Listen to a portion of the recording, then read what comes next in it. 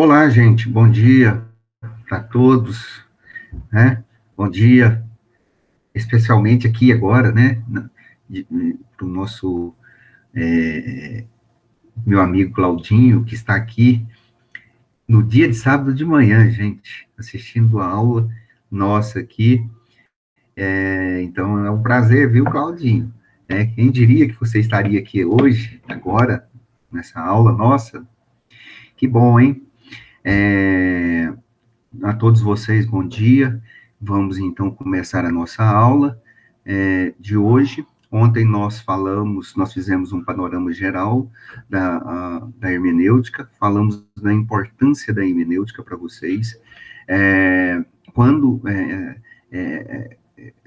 como a hermenêutica se apresenta na no nosso dia a dia, e principalmente nós fizemos a relação da hermenêutica é, com a nossa com o direito, com a ciência jurídica, né? Definimos o conceito de hermenêutica e começamos e fizemos a diferenciação entre hermenêutica e interpretação. Termos esses que são tratados muitas vezes como sinônimos, mas nós sabemos que tem uma diferença muito grande, e foi aquilo que nós falamos com vocês. Fizemos um panorama geral também da disciplina de hermenêutica, né?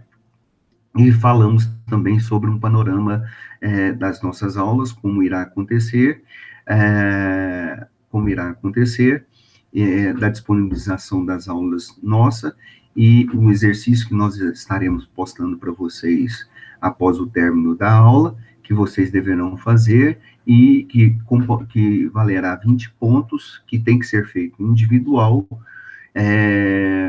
e a nossa prova que acontecerá depois da nossa aula de segunda-feira, e ficará aberta para vocês por um prazo de 24 horas, ok?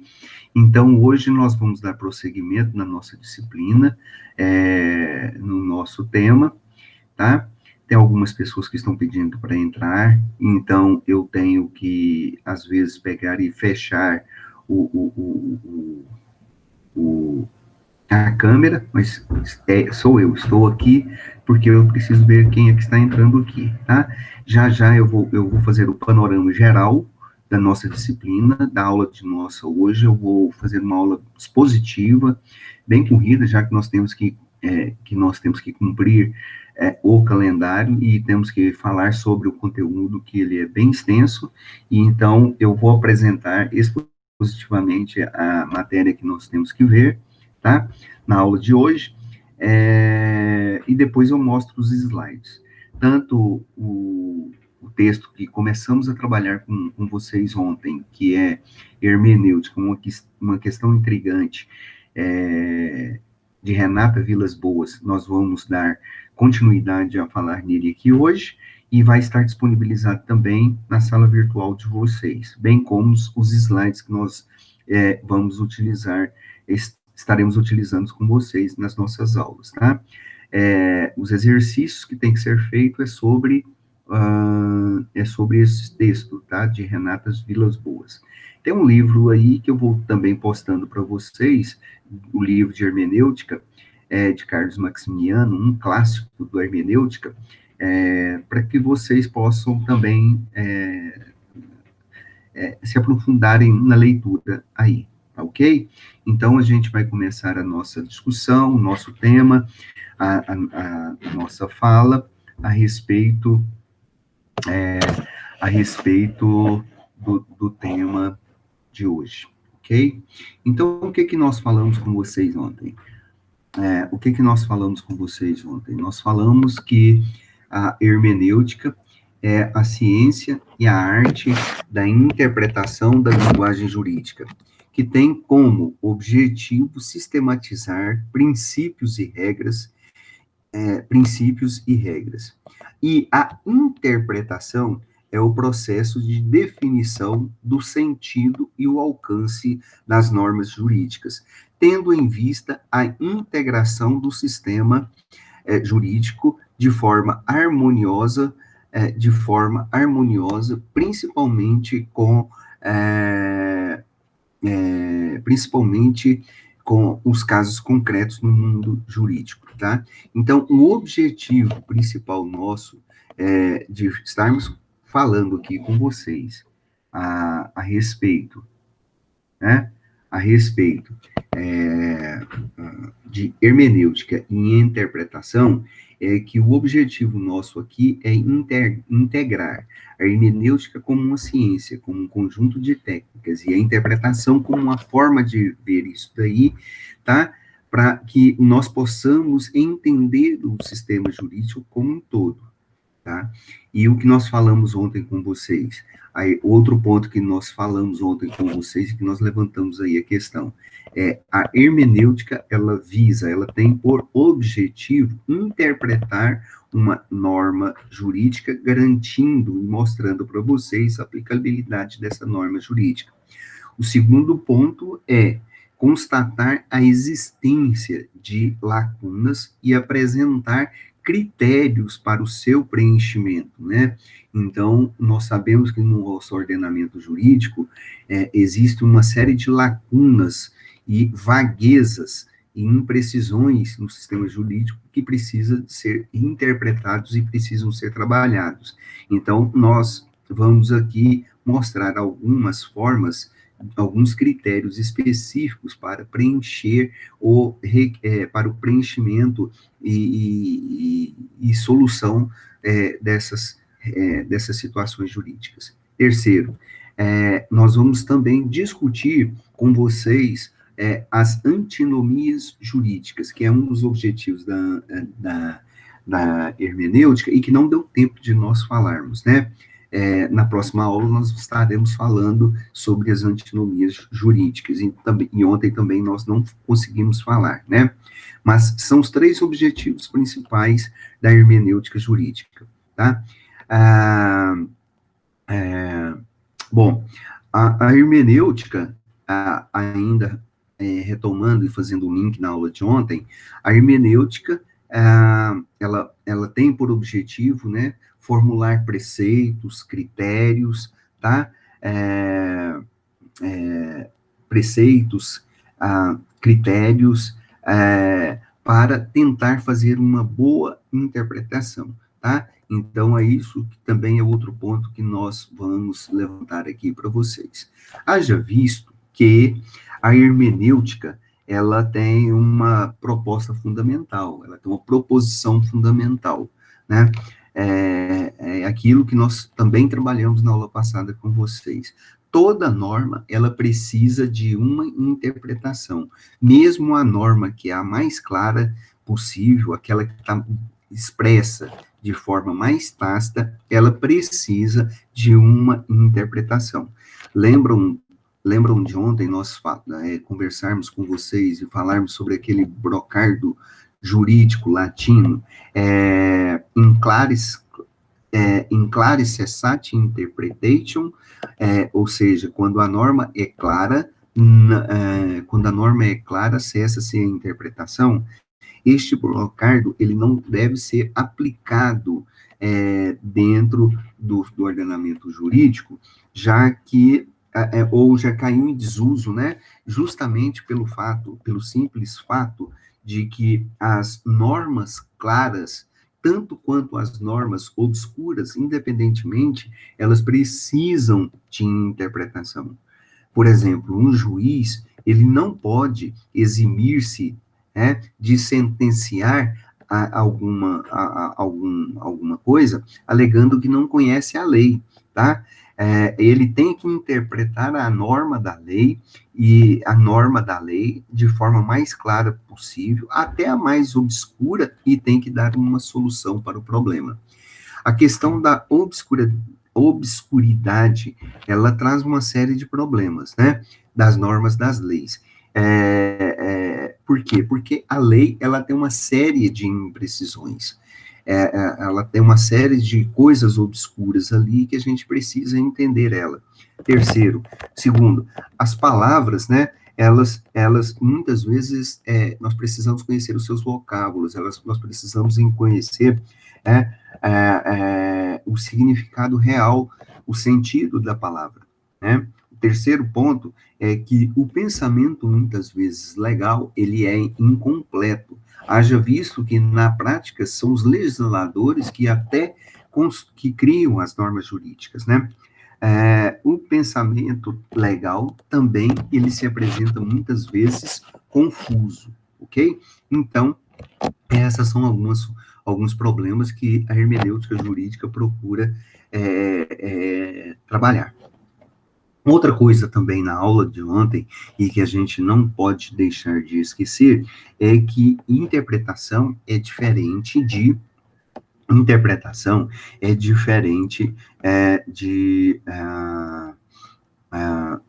hermenêutica.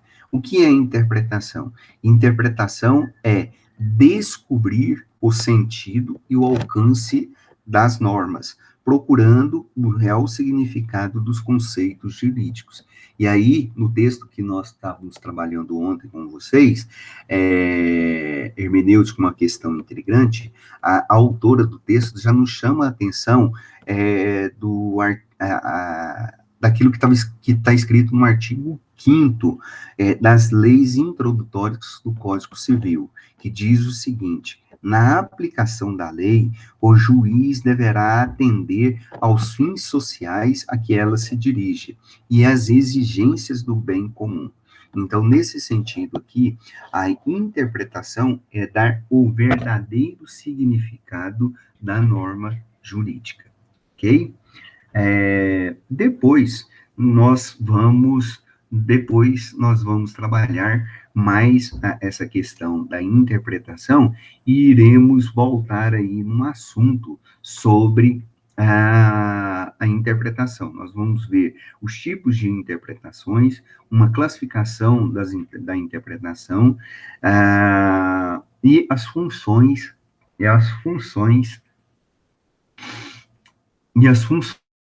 da interpretação, ok? Deixe-me ver com vocês o que nós precisamos falar com vocês hoje, e o que está no plano de ensino. Sim. Bom, vamos lá.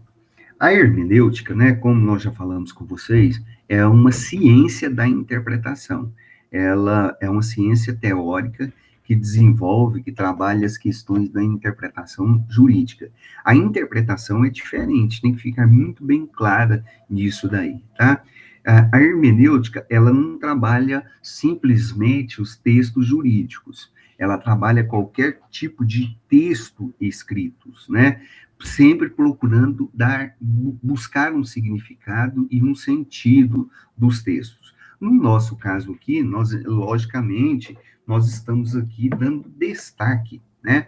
Dando destaque ao texto jurídico, que é o que é mais importante para nós. Bom, uma curiosidade só para vocês é que a palavra hermenêutica, ela tem a sua origem atribuída, né, ao deus Hermes, lá na antiguidade, lá na filosofia pré-socrática, né, onde Hermes era considerado o mensageiro dos deuses, né, era considerado aquele que tinha o poder de traduzir e de interpretar aquelas mensagens dada ao mundo pelos deuses, principalmente por Zeus, né? Zeus vinha, falava aquelas mensagens e mandava as mensagens aos homens, e por meio de Hermes, que tinha, que sabia como falar com os humanos, e sabia qual era o sentido daquilo que os deuses falavam, conheciam intensamente a palavra, né, dos deuses, enfim. E então, ele era uma pessoa acessível e ele fazia o elo de ligação. Então, a hermenêutica vem desta ideia aí de interpretação, de decifrar os códigos, de decifrar os desígnios dos deuses aos homens, né? E até hoje é esta a ideia que é presente ao estudo da hermenêutica, tá? Como interpretar, como entender o sentido das palavras, como entender o sentido das coisas, né? Buscar o espírito das leis, tá?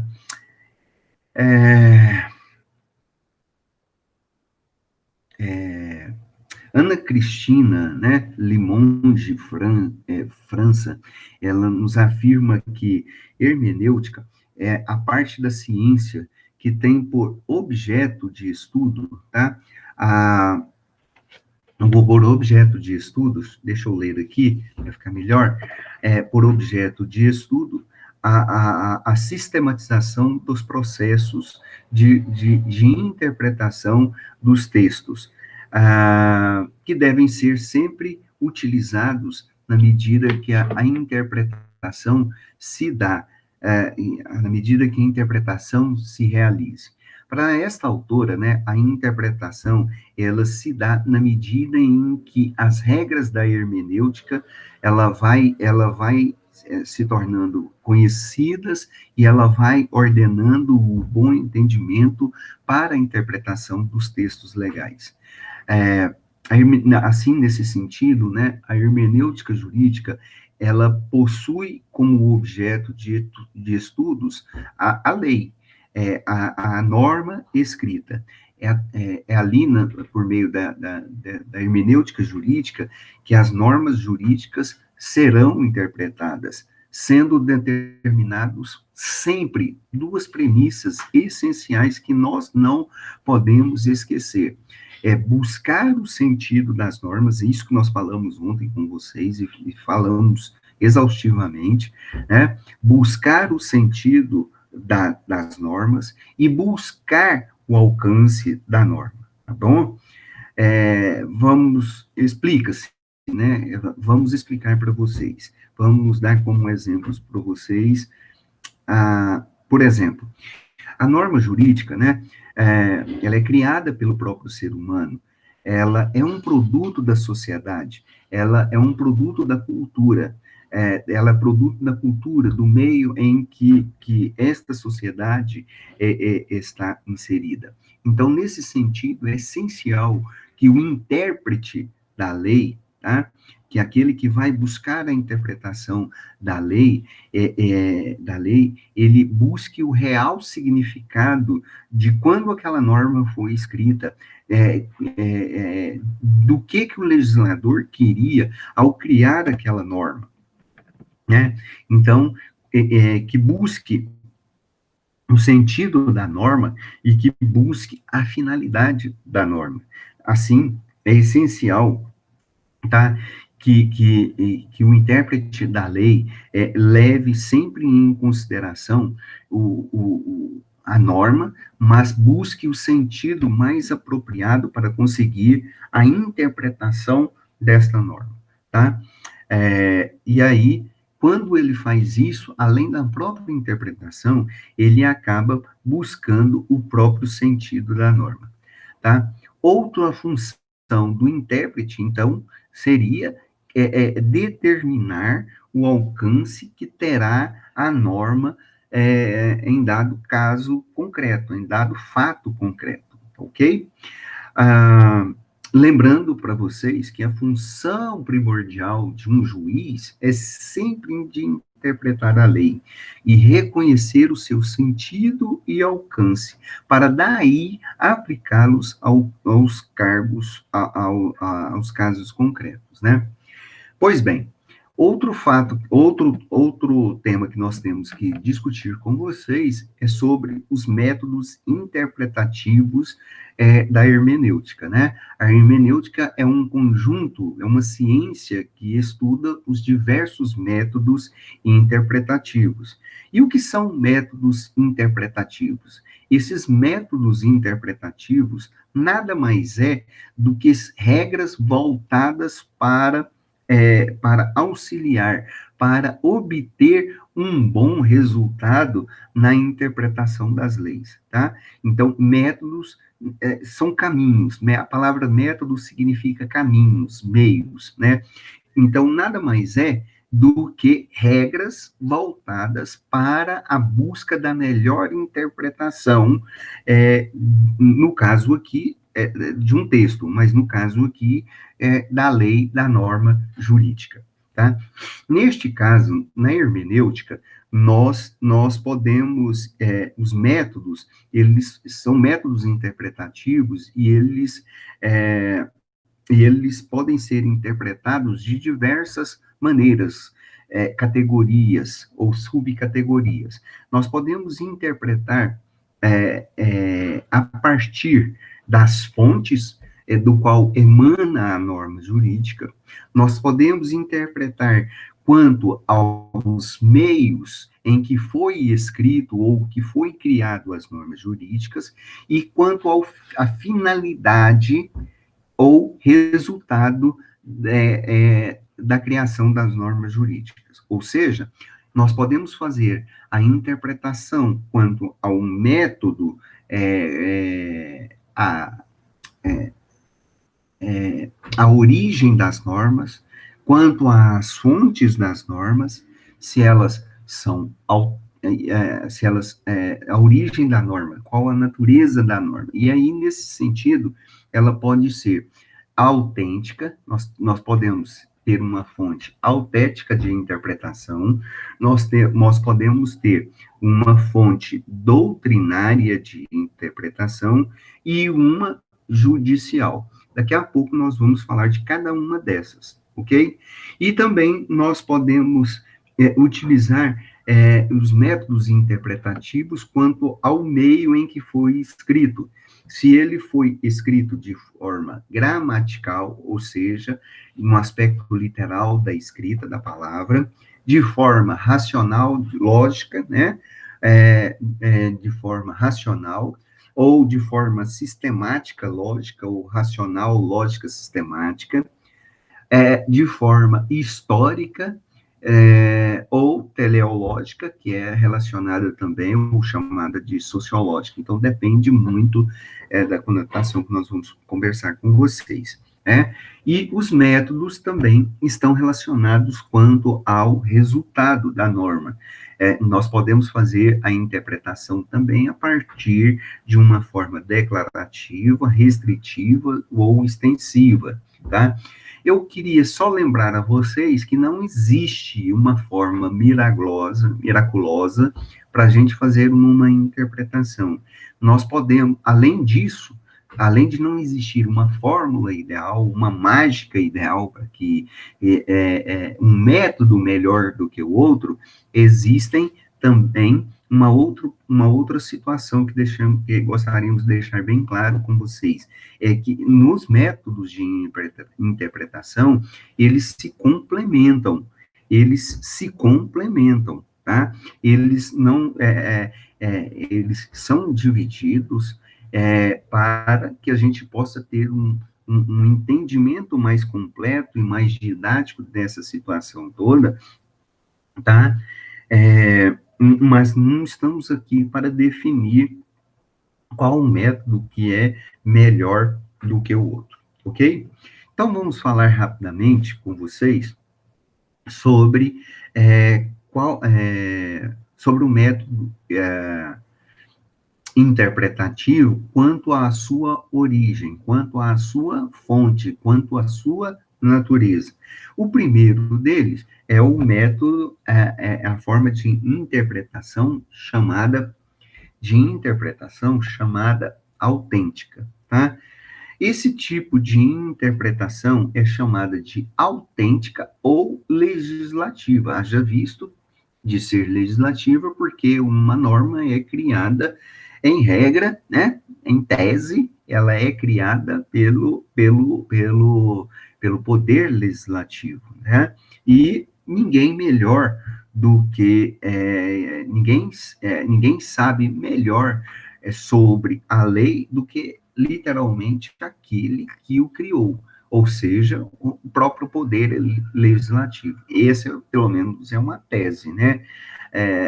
Que, teoricamente, muitas vezes aí é discutível, né? Haja visto que o nosso STF aí vive interpretando essas leis que foram criadas pelo próprio Poder Legislativo.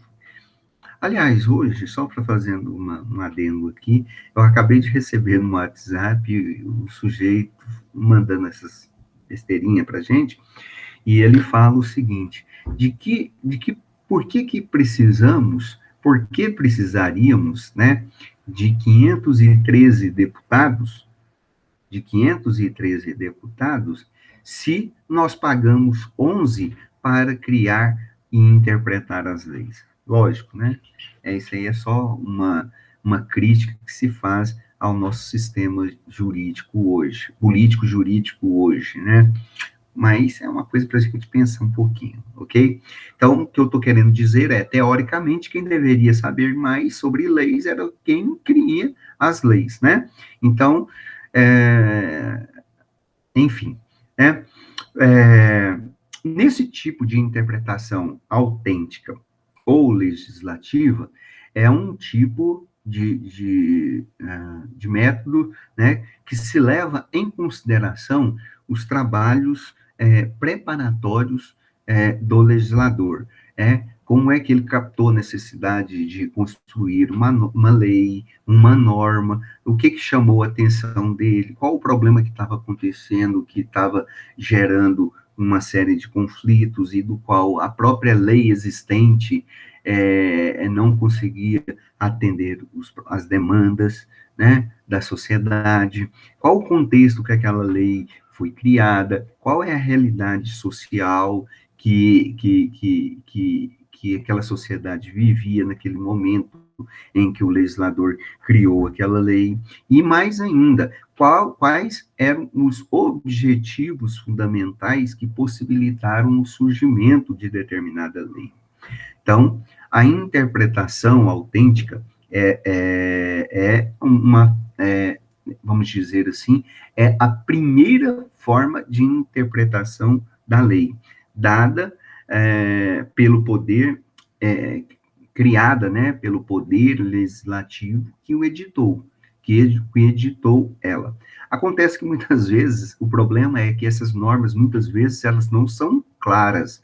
Essas normas, elas são muito obscuras e essas normas, elas têm muita vagueza, isso que nós falamos na aula passada. Então, a interpretação autêntica, por ser a primeira, né, então ela precisa de interpretação. E aí nós temos outros métodos que vai auxiliar a própria interpretação autêntica ou que vai auxiliar a própria interpretação autêntica ou legislativa a alcançar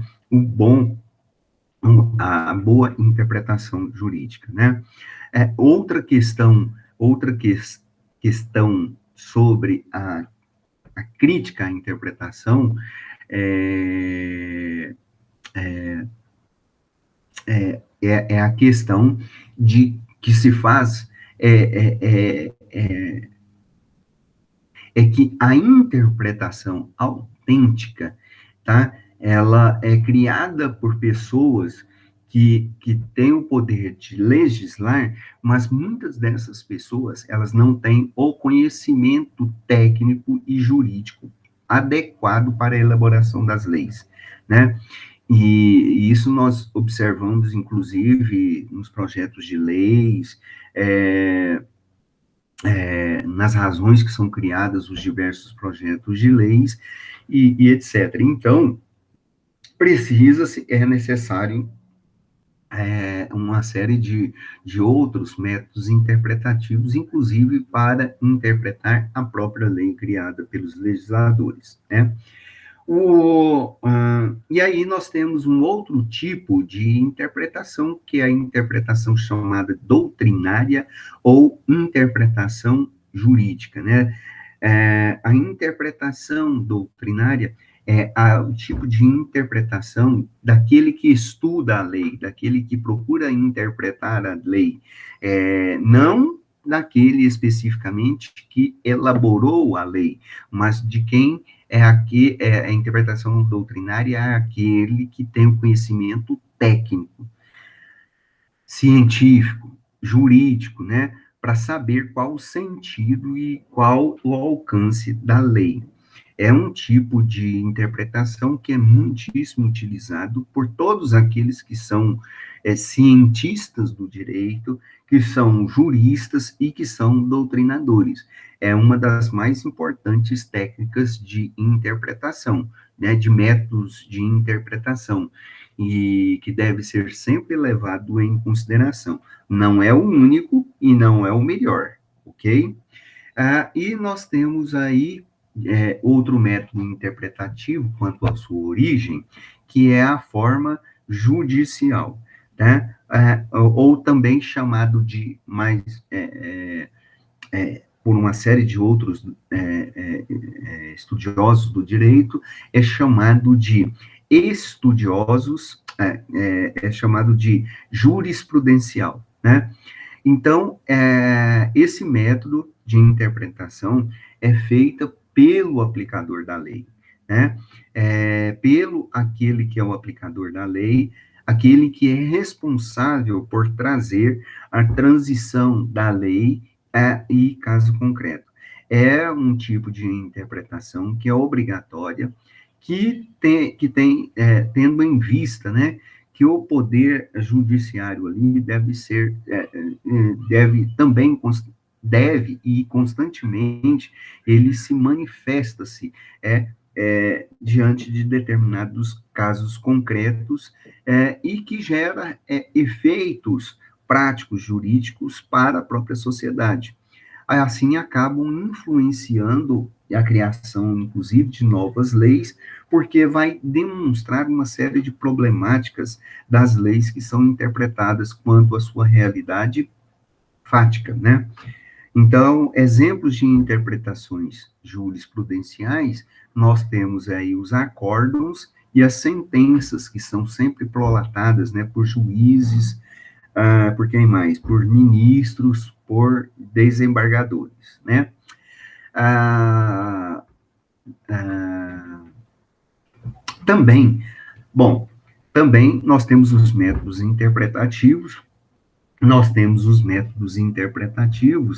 quanto aos seus meios, né? Quanto aos seus meios. Então, o primeiro deles é a interpretação racional. Esse tipo de interpretação é chamado de interpretação racional ou lógica. É um tipo de interpretação que baseia-se na investigação da ratio legis, né? O que é ratio legis? Ratio legis é razão da lei. Legis, lei, ratio, razão. Não é de rato, não. Né? Então, baseia-se na investigação da ratio legis, né? Então, um método racional, lógico-racional, é um método que tem como pressuposto a origem, a razão da criação das normas das leis para a utilização daquela lei. Então, isso aí é essencial, tá? Então, a interpretação racional, ela utiliza, né, de determinados argumentos lógicos para garantir o sentido da norma da lei, tá?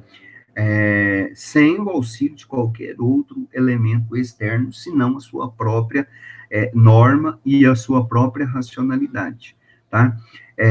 Ela busca estudar o pensamento expresso nas normas, tá?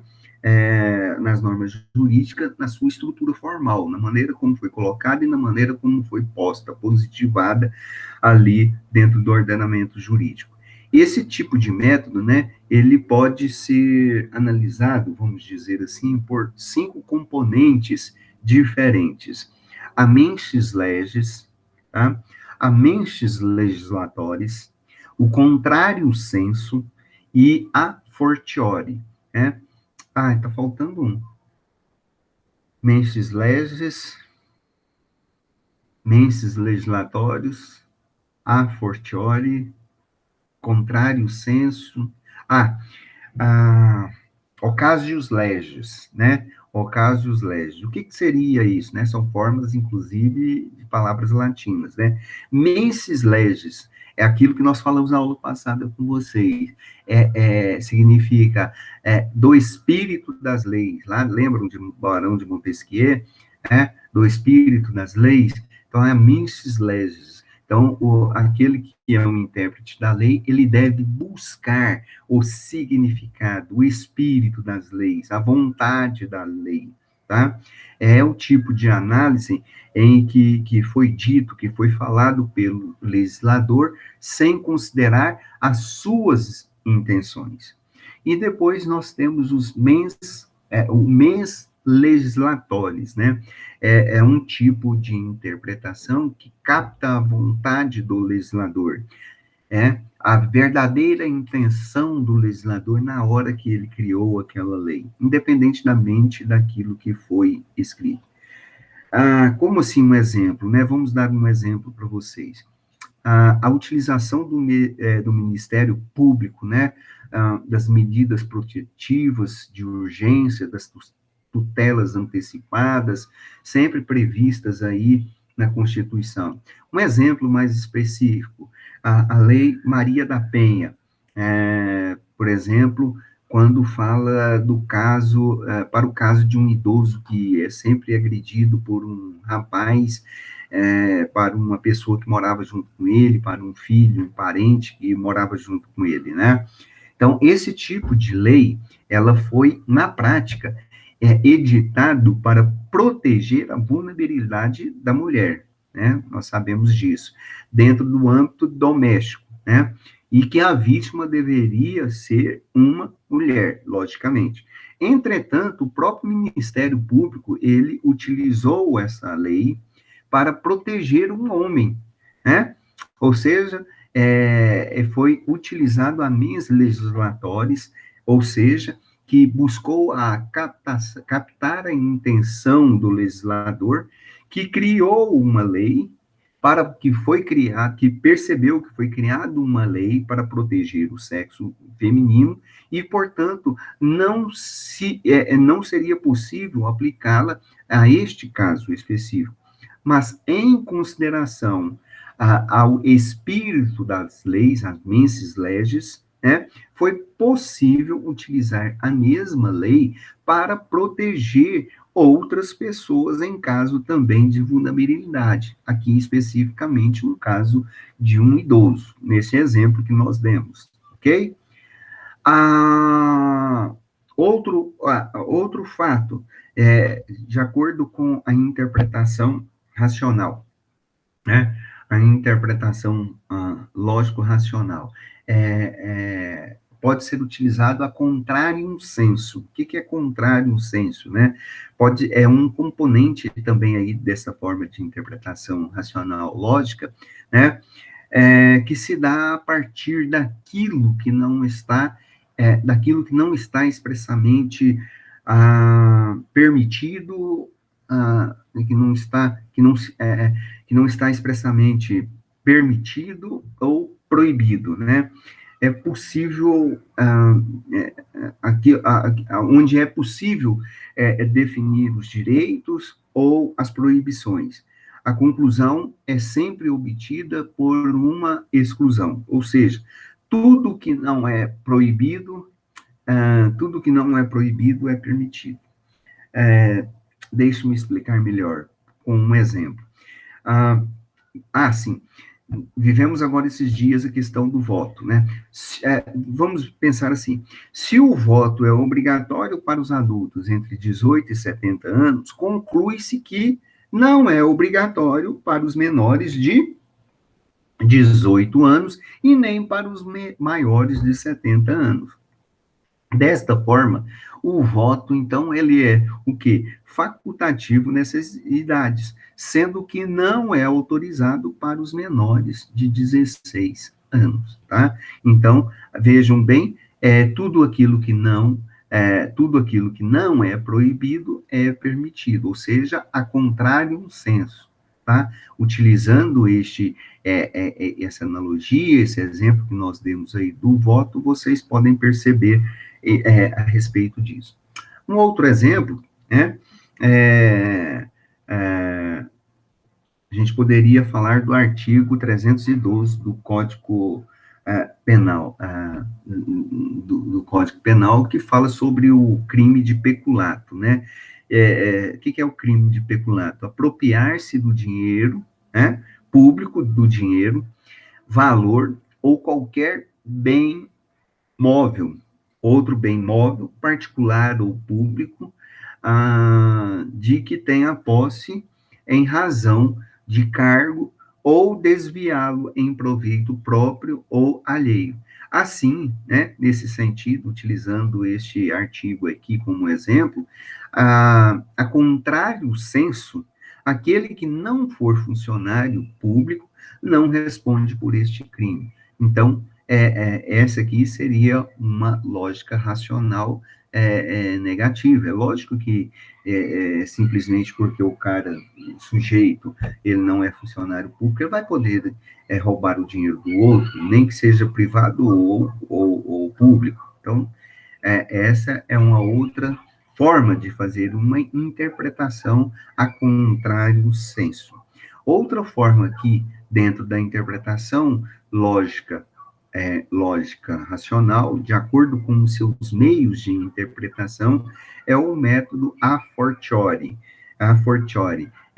Esse método a fortiori é parte da premissa de quem pode ou mais, pode ou menos. De quem pode ou mais, pode ou menos. Ou seja, se o direito te deu um direito maior, aquele direito acessório segue o principal. Isto é, o direito menor, ele é englobado, tá? Então, nós não devemos confundir aí o sentido do acessório, a palavra, do sentido daquilo que é acessório. No caso, seguir o principal, com um sentido na mesma coisa que é aplicada ali, por exemplo, no direito das coisas. Mas, vamos dar um exemplo. Se a lei concede um determinado benefício a um direito, a um delito mais grave, por exemplo, deve conceder o mesmo benefício a um crime menos grave. Se a desapropriação acarreta indenização, a interferência legal de autoridade em propriedade alheia também implicará a mesma coisa, né? Então, outro exemplo disso é, se o crime culposo deve ser punido, tanto mais o crime doloso, ok? E assim por diante. E por último, nós temos aí, dentro do método racional lógico, nós temos a ocasio legis, né? Ocasius legis é a ocasião da lei, né? E aí a gente entende a ocasius legis como um conjunto de circunstâncias que são determinantes para a criação ou formatação de determinada norma jurídica que sempre é imprescindível. Então, esse tipo de interpretação, esse meio utilizado para a interpretação, será sempre realizada a partir do contexto em que a lei foi criada, quanto aos fatores conjunturais de ordem política, social e econômica que motivaram aquela medida legislativa em causa. Né? Vamos pensar num exemplo aqui.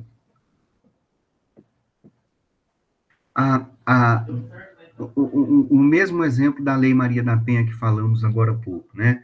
A agressão que Maria da Penha sofreu, e muitas outras mulheres sofreram ali, sofrem, né, no âmbito no âmbito doméstico, fizeram e criaram um contexto específico para a criação da Lei Maria da Penha. A partir dali, teve até o próprio Estatuto do Idoso, né? O Estatuto do Idoso também é uma outra forma de interpretação da lei que foi criada dentro de um contexto expressivo, dentro de um número expressivo de violência que acometia-se ao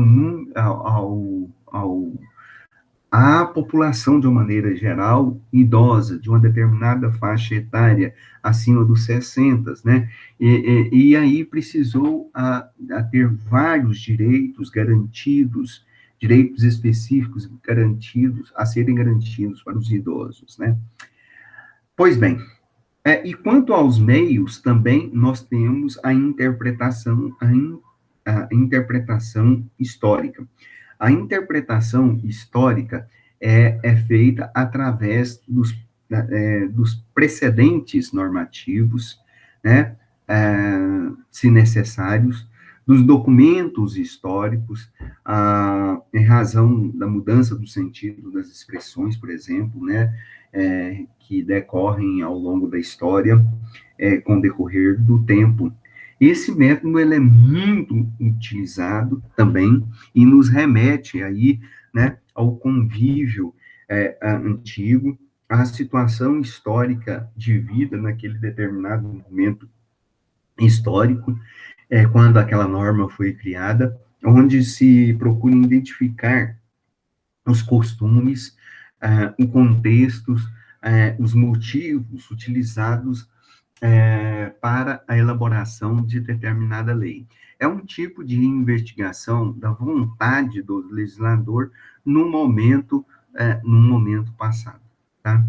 Gostaria só de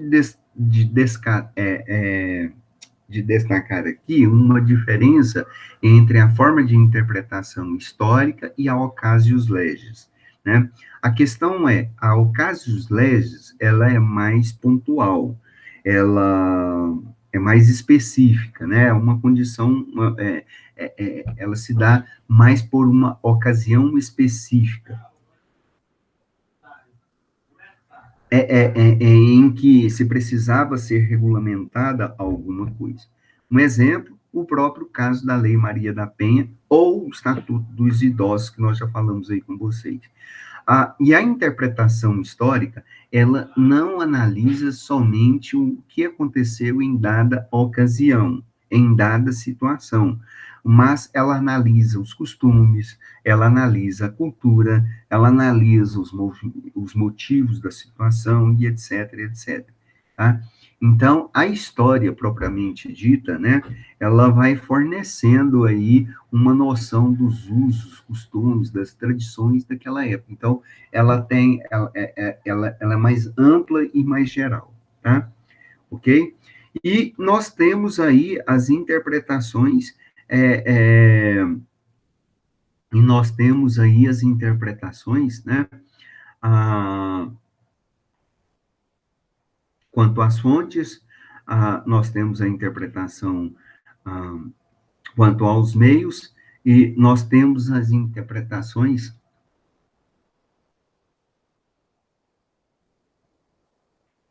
desculpa, tá?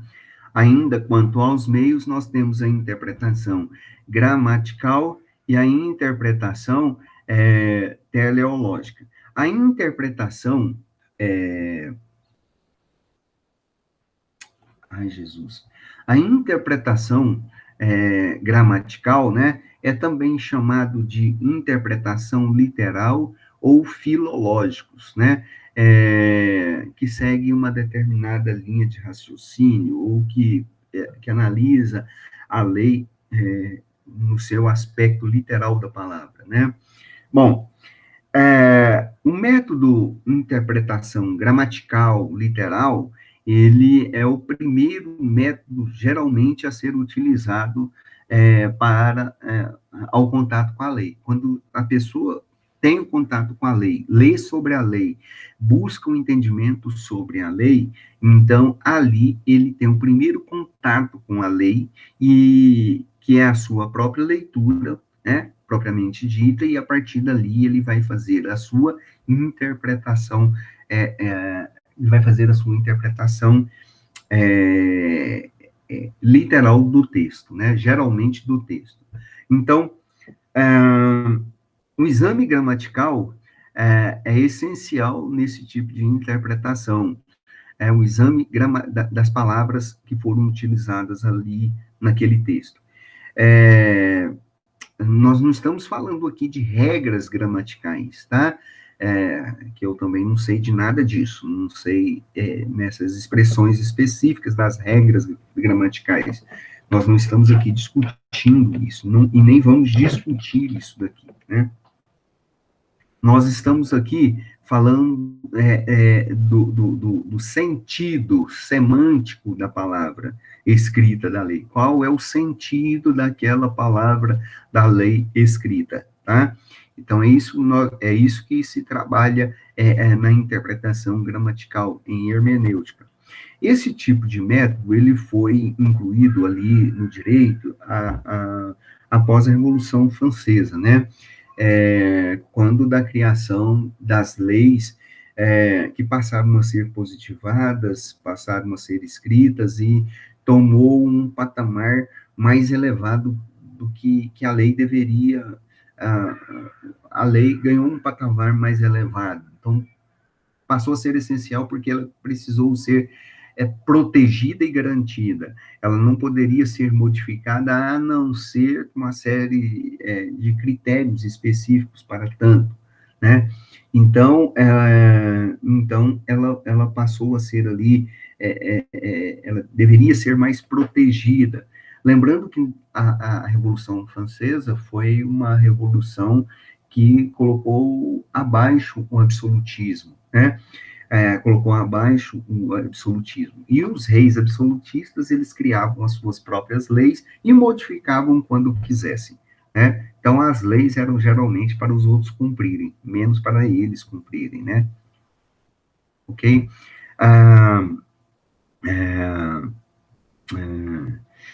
Então, as leis passaram a ser mais protegidas, né?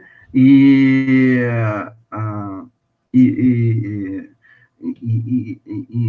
deveria ser interpretada não mais pela forma subjetiva de interpretação.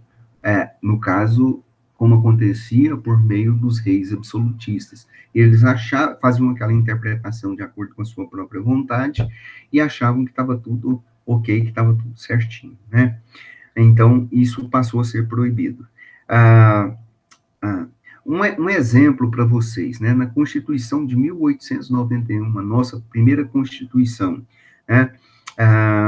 Ali, por exemplo, falava assim: os que aceitarem aquelas condecorações ou títulos nobiliárquicos estrangeiros perderão seus direitos políticos.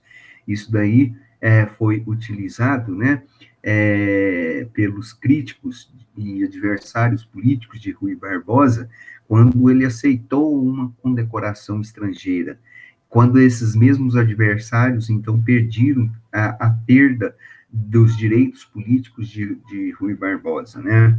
Ali, o jurista, ele mesmo fez uma interpretação gramatical do texto na sua própria defesa, quando ele alegou que o título, que o adjetivo nobiliárquico era relativo à nobreza, também se referia a condecorações.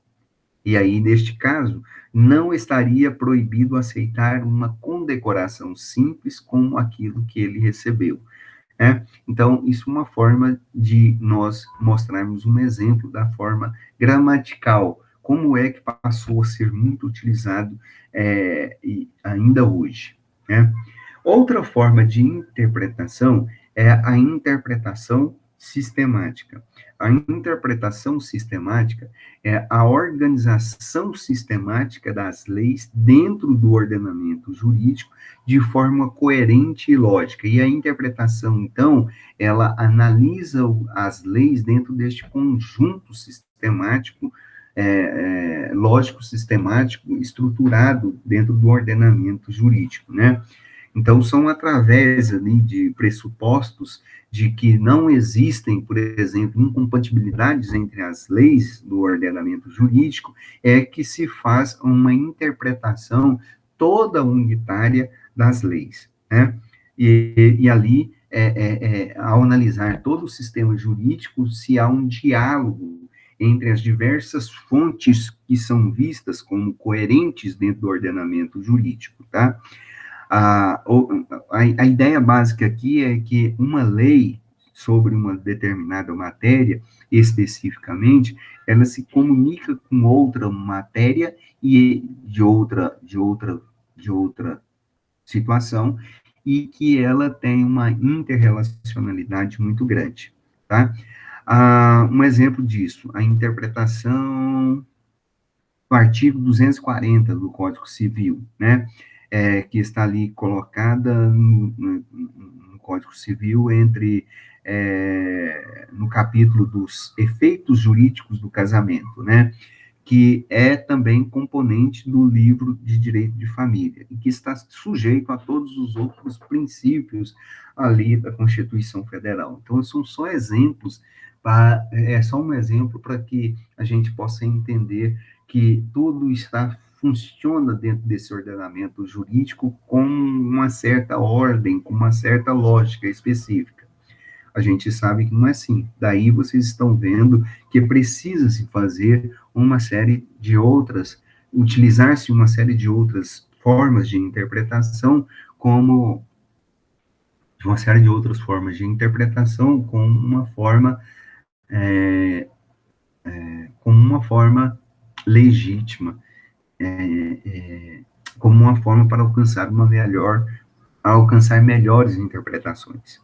E nós temos a interpretação que é chamada de teleológica, ou aquela que busca um determinado fim, ou sociológica, né?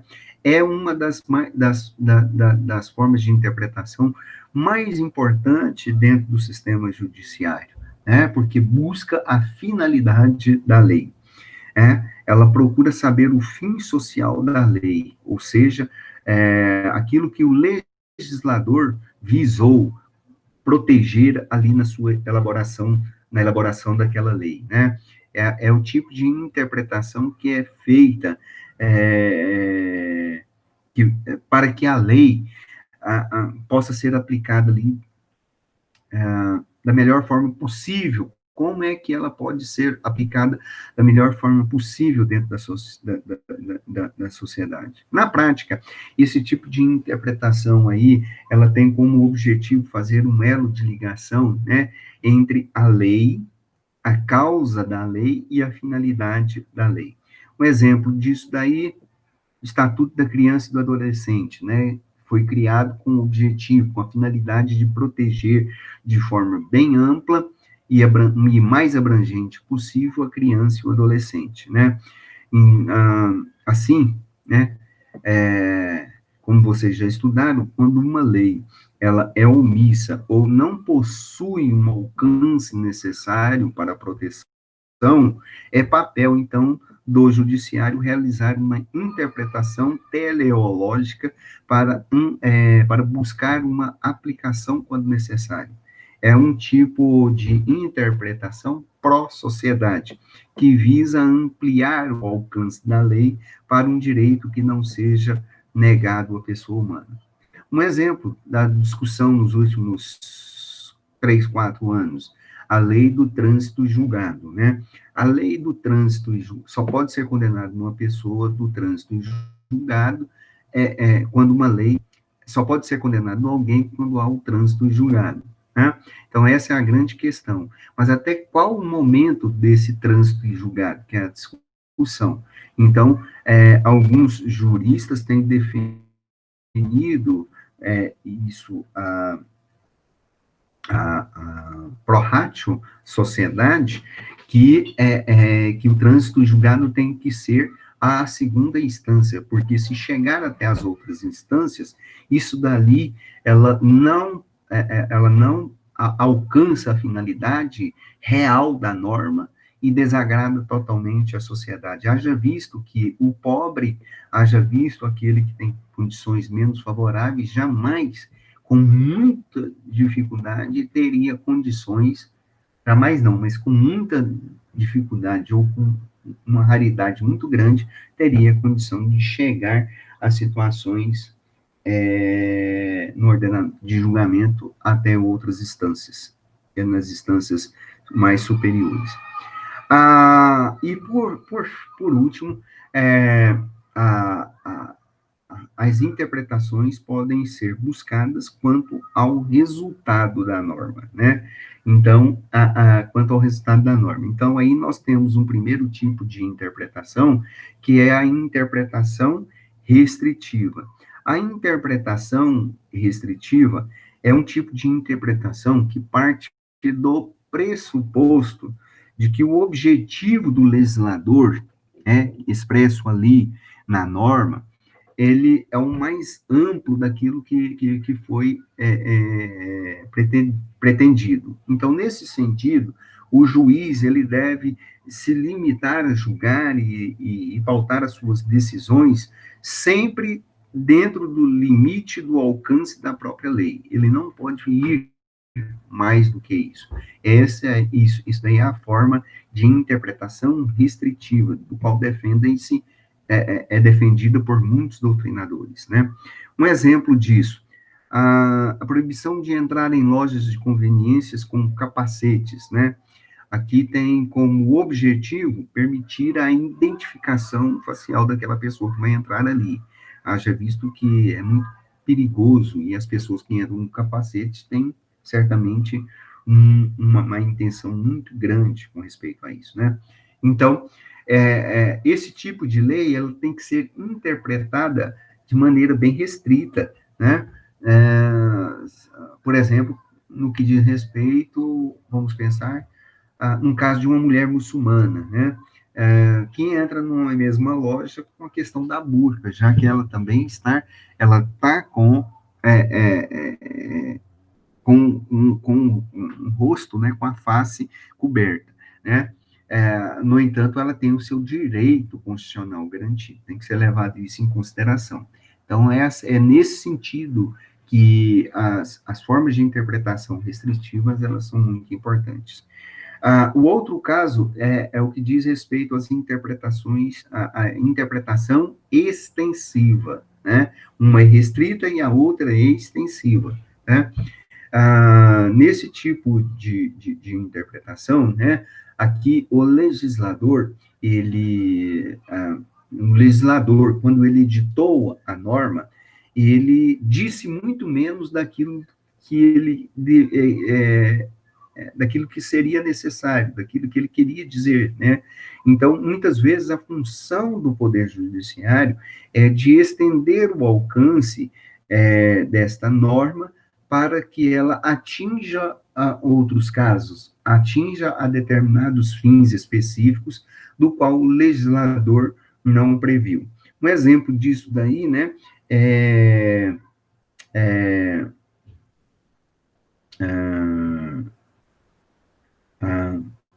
vamos pensar, a proibição do desenho de um cigarro, né? Cigarro e aquele xizinho, né? Proibido fumar, né? Então, é proibido fumar em lugares fechados, o que a lei diz. Fumar cigarros, charutos, cachimbos ou qualquer outro tipo de fumo. Mas também, né, o legislador expressou de uma maneira, vamos dizer assim, curta, né? Então, é preciso ser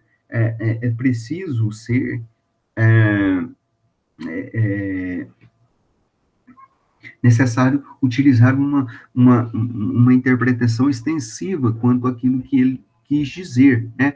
Porque é necessário buscar uma interpretação de acordo com o alcance da lei. Então, é extensivo também a fumar em locais públicos, por exemplo, não somente em locais fechados. E aí a gente busca uma forma de extensão da lei, né?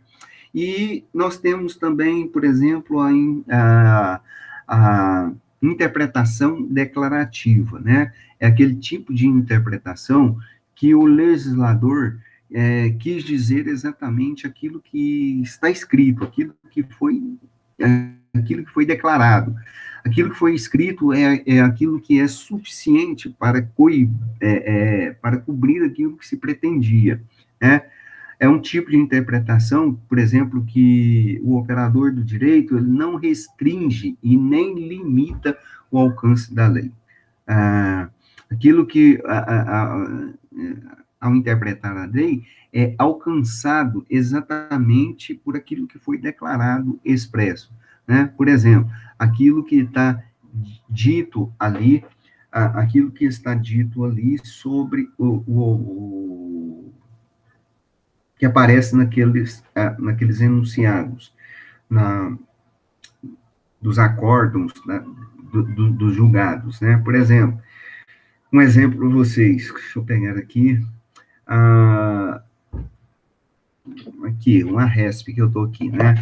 Recurso especial, aqui, alcançado, artigo 10º do decreto de lei número 2.291, de barra 96, a interpretação declarativa, impossibilidade de transferência dos benefícios da prévia habitacional a outra entidade previdenciária privada, que não a FUNCEF, recurso improvido, né? Na interpretação declarativa, o alcance atribuído ao texto condiz com termos existentes na própria lei, e etc., né? E etc. Então, aí já está uma forma declarativa da lei, ok?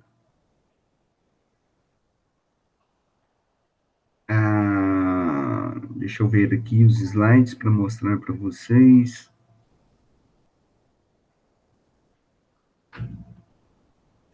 Deixa eu ver aqui. Nós já trabalhamos.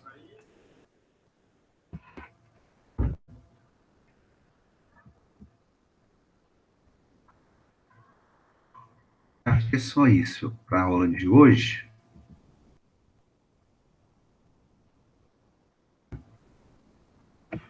Deixa eu só mostrar isso aqui para vocês, né? Algumas regras especiais na interpretação da lei, né?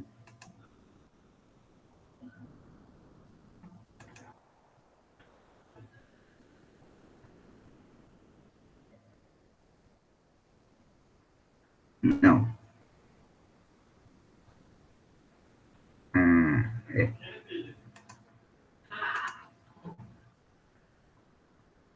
Compartilhar, deixa eu mostrar aqui para vocês.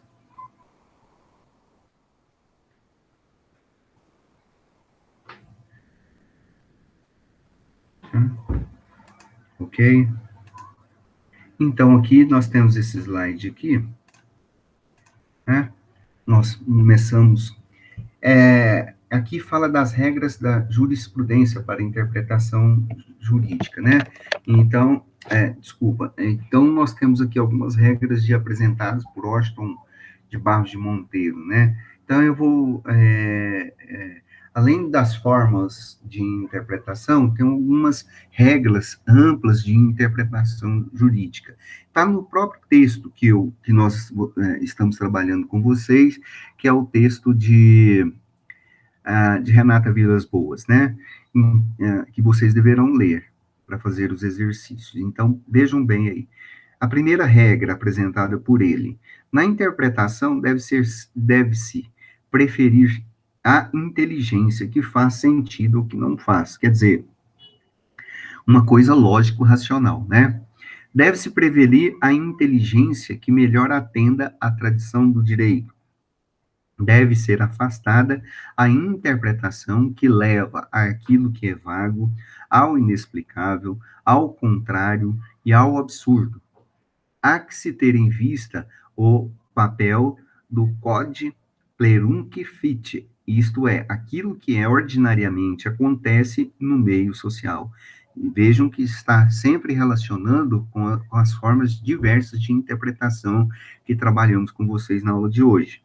Onde a lei não distingue, o intérprete não deve igualmente distinguir. Todas as leis excepcionais ou especiais devem ser interpretadas restritivamente.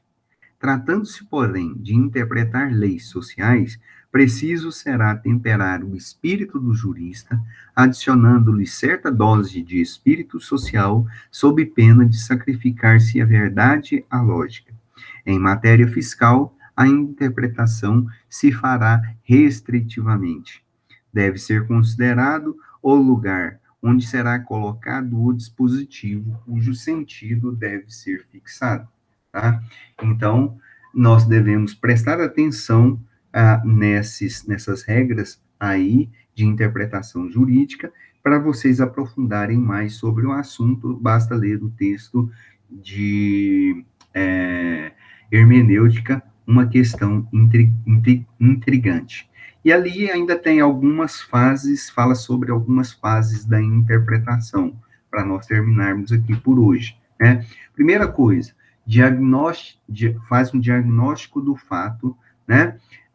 Ou seja, observe-se o que ocorre na individualidade concreta, tá? Depois faz uma operação preliminar, que se realiza num ambiente social.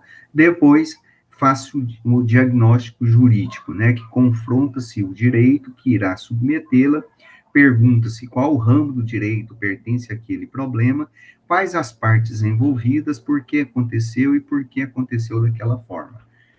Depois faz a crítica formal, a crítica formal e a crítica substancial, que é a verificação formal da existência da lei, e a crítica substancial, que é a verificação da validade e a vigência da norma. Depois, a interpretação da norma e a aplicação ou adaptação da norma da lei. Ok, gente? Iremos ficar por aqui hoje, tá bom? Deixa eu parar a gravação. Escrevam aí alguma dúvida, alguma pergunta. Hã? Alguma dúvida?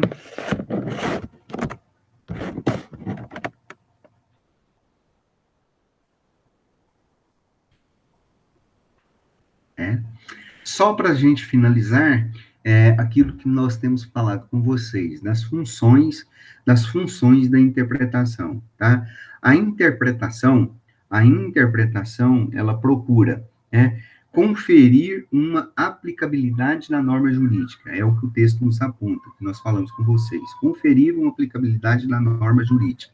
Segundo ponto, estender o sentido das normas às relações novas, dar o alcance do preceito normativo que corresponda às necessidades sociais, tá? Está anotado aqui que nós trabalhamos com vocês o tempo todo, né?